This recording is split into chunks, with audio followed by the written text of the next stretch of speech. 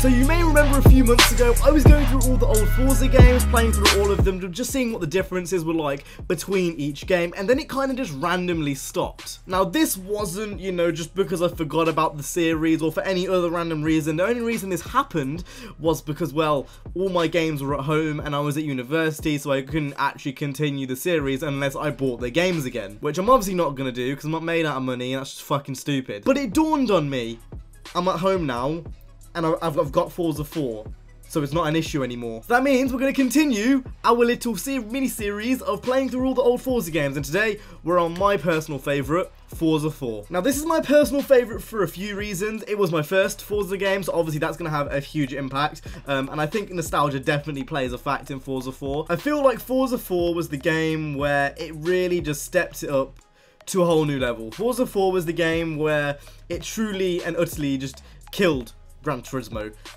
RIP. As much as I love Gran Turismo, this was when they kind of took over, to be honest, and I'd still say, in terms of content and whatnot, Gran Turismo is still lacking by a lot. That's just my personal opinion though. Now, I've made videos on Forza 4 in the past, as you can quite clearly see, I have 93 million credits. I actually can't remember how I got that. I think someone gifted it to me, and I'm obviously not going to turn down 93 million, am I? We're going to play through this. Now, originally when I actually bought this game, I did something very dumb. I bought the Essentials Edition. This is bad. So if you didn't already know, the Essentials Edition was basically a cheapened version of the game, which comes with less cars than it already has. This game was already pretty bad with DLC, so then obviously when you get the Essentials Edition, it's just a whole lot worse. If I just go over to Ford, because I imagine there's going to be a lot of Fords in this game, you'll see there's going to be a few that pop up as DLC. You've got this Focus, which is DLC, the Cobra DLC, Focus is DLC, Mustang DLC, Cobra again DLC. It just carries on. There's a lot of DLC cars because I bought the wrong version by accident. I went into the store, was like, can I have Forza 4 please? And they were like, yes,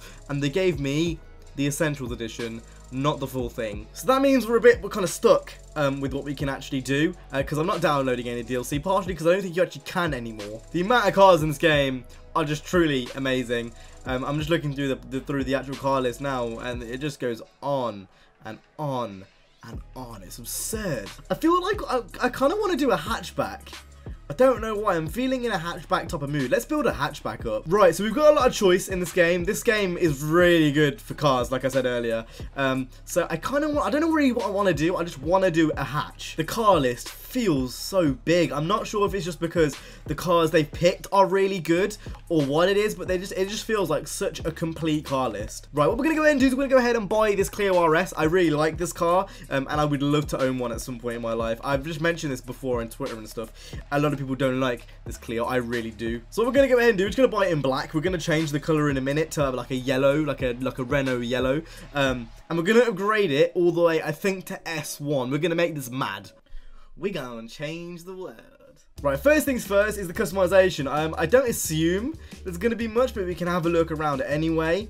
And as predicted, there really is nothing at all. Right now, I could upgrade this individually, but to be honest, I just really can't be arsed. So what we're going to go ahead and do is just quick upgrade it all the way to S-Class. I forgot there's actually no S1 in this, it's just S-Class.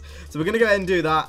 I think that I saw 700 horsepower then. And then what we're also going to do is we're going to go over to paint, and we're going to make it that yellowy color that I was talking about a minute ago. That's kind of like it, pretty much. Like, I could go ahead and fine tune it, but that is pretty much the yellow I was talking about. Not sure if it's just me.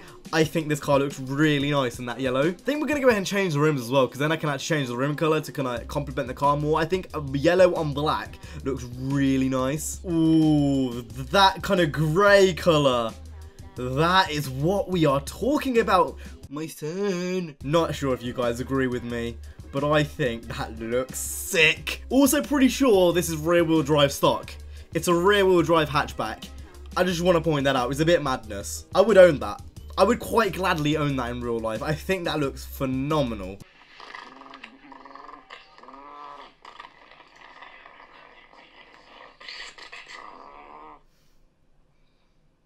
Oh my god. Tell me that doesn't look fucking sick. Oh my god, the stance on that is so aggressive. It's so wide. Now, because this is rear-wheel drive and it is S-Class, it's heavily upgraded. I've got a feeling this is going to wheel spin quite badly. That's fine, it's all for the game, it's all for the fun games of the game. Right, I said this was rear-wheel drive.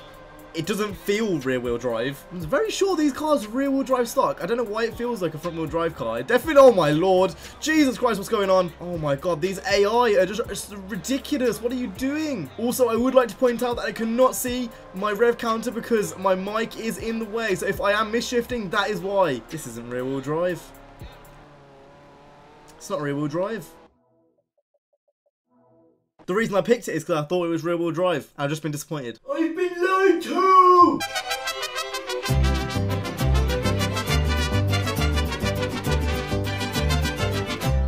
There we go. We do lose a lot of points, but that's fine. That is completely fine with me. It also wasn't 700 horsepower like I said earlier on. It was 471, so I don't know where I got confused then. I got a bad habit. So we're finally in a race. I can't express to you how long that took. That took so much longer than it needed to.